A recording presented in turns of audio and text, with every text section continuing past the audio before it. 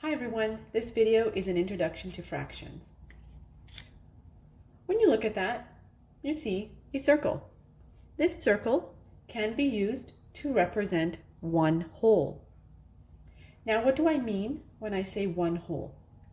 Well, let's imagine if this was a cookie, and if someone came by and took a big bite out of this cookie, would we say it's still a complete whole cookie? No, we would say that it's part of a cookie. So when dealing with fractions, when we see a complete shape, we can call it a whole. Now this whole can be divided into a half. Notice that both have equal parts. This can be further divided into thirds. Again, all parts are equal. These are still wholes. It's just that they've been divided into parts. We can also shade a portion of a circle to name a specific part of the whole, like this. So the shaded portion is half of the whole. If you notice that half of the circle is shaded.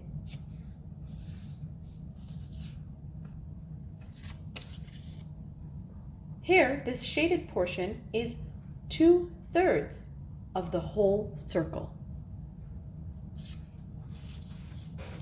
And this one, the shaded portion is 1/4 of a whole circle. So then, what are fractions? Well, by definition, a fraction names part of a region. How would we write a fraction? Let's take a look at 1. 2/6. What does this mean? Well, let's look at some definitions first. The top number of the fraction is called the numerator.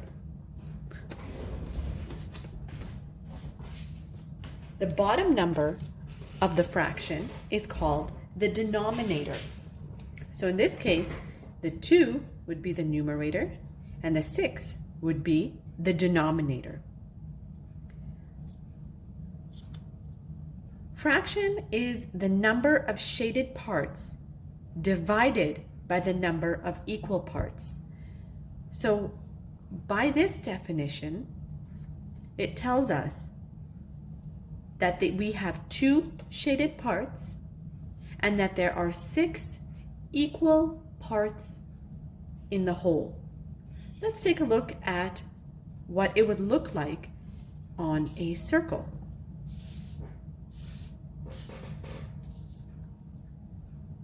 So here we have a circle. It's cut into 1, 2, 3, 4, 5, 6 equal parts. That is our denominator. The bottom number of the fraction is the denominator. It tells me how many total equal parts I have. I have a total of 6, and that's right there.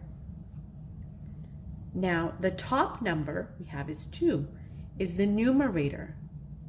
That tells me how many parts are shaded. So in this, we have 1, 2 shaded parts. So 2 goes on top.